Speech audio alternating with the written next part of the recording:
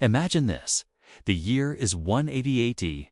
The Roman Colosseum roars with 50,000 spectators, thirsty for spectacle. But today's main event is something new.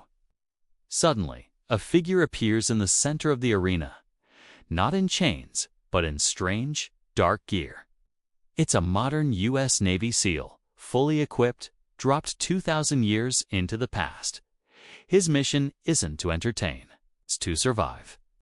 But in the most hostile arena on Earth, how long can modern training and technology dominate when resources are limited and the pressure never stops? The morning games begin. The gate opens and two massive African lions charge onto the sand.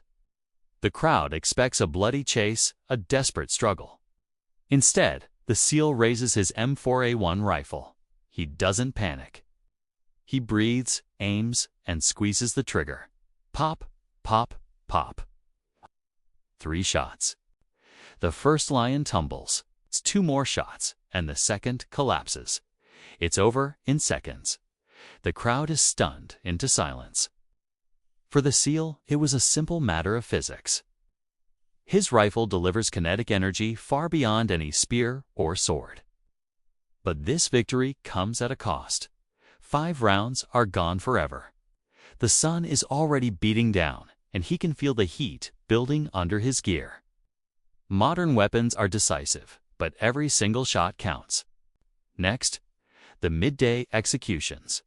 10 unarmed prisoners are shoved onto the arena floor, promised freedom if they can kill the strange warrior. They are desperate, not skilled. The SEAL immediately backs against a wall, controlling the engagement. He doesn't spray wildly. He switches to semi-auto, picking his targets with cold precision. One by one, they fall. In 15 seconds, the fight is over. 10 more men down, but he's used another 10 rounds. His magazine is now half empty. The sheer number of opponents is starting to become a problem. It's not about who is more skilled anymore. It's about how many bullets he has left. He's already expended a significant portion of his primary ammunition, and the main event hasn't even started. Now, the professionals enter the fray. First, a classic pairing. The heavily armed Murmillo with his large shield and sword, and the nimble Retiarius armed with a trident and a weighted net. The SEAL instantly identifies the Retiarius as the bigger threat. That net could entangle his weapon, rendering his primary advantage useless. He fires a quick burst, taking the net wielder down before he can even make a move. But the Murmillo is a different problem. He advances behind his massive scutum shield. The SEAL's bullets spark and ricochet off the dense wood and metal. He has to adapt. Instead of aiming for the shielded torso, he targets the exposed legs and arms. It takes several more rounds, but the gladiator eventually falls. This fight taught him a critical lesson. Ancient armor and tactics work. They force him to expend more precious ammunition to get the job done. The Emperor is not pleased. He signals for more. This time, 3 gladiators emerge, spreading out to flank him. A Threx, a Hoplomachus, and a Provocator. They are a coordinated team, forcing the SEAL to constantly move, breaking his stable firing position. He can't pick them off, one by one. He needs to reset the fight.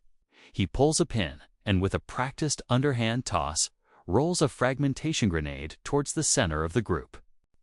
The explosion is unlike anything the Colosseum has ever witnessed. The blast rips through the sand, sending shrapnel, dust, and chaos in every direction.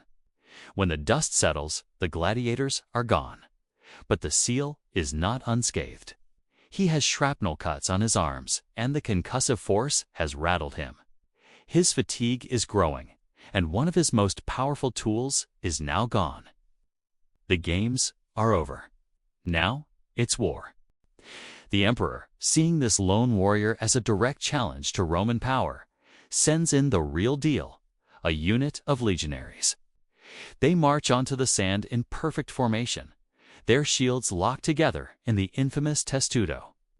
His rifle fire is almost useless against this wall of shields. he needs to break them. He unslings his underslung grenade launcher and fires a 40mm high-explosive round into their ranks. The formation shatters in a deafening blast. As the legionaries scramble, he switches to full auto, mowing them down. But from the upper tiers, charioteer archers begin firing down into the arena. He's being attacked from all sides. He feels a sharp, piercing pain in his leg. An arrow found a gap in his body armor. His mobility is now compromised. In the chaos, he's burning through ammunition at an alarming rate. The surviving legionaries see their chance. They press their advantage, closing the distance.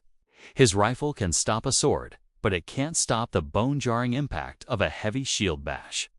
They swarm him. He's forced into brutal close-quarters combat. He fires his last rifle round, and the weapon clicks empty. He drops it, draws his sidearm, and continues the fight. He empties one pistol magazine, then another. The weight of their bodies, the force of their attacks, it's overwhelming. He transitions to his combat knife, a deadly tool in his hands. But he is just one man against many. The core advantage of modern warfare distances gone. Stamina and sheer numbers are taking over. Finally, the Praetorian Guard enters the arena. The Emperor's elite. They are heavily armored, patient, and perfectly coordinated. They don't rush. They throw a volley of heavy javelins, the pila, forcing him to move on his injured leg. Another one strikes his side, cracking a rib and stealing his breath. His rifle is empty. His pistol is empty. He's bleeding, exhausted, and fighting on pure adrenaline. He meets their charge with his knife, fighting with the heart of a warrior.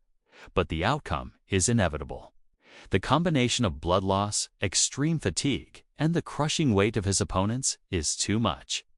The SEAL, one of the deadliest fighters in human history, finally falls. He wasn't defeated by a better warrior. He was defeated by time. So what's the takeaway? A modern soldier's technology gives him an almost godlike advantage, but that advantage is finite. It depends on ammunition, hydration, and the ability to control the distance of the fight. Ancient warfare, on the other hand, was built on endurance, attrition, and overwhelming numbers. The SEAL dominated the early stages. But in a battle of survival, it's not just about who is stronger or better equipped. It's about who can last the longest.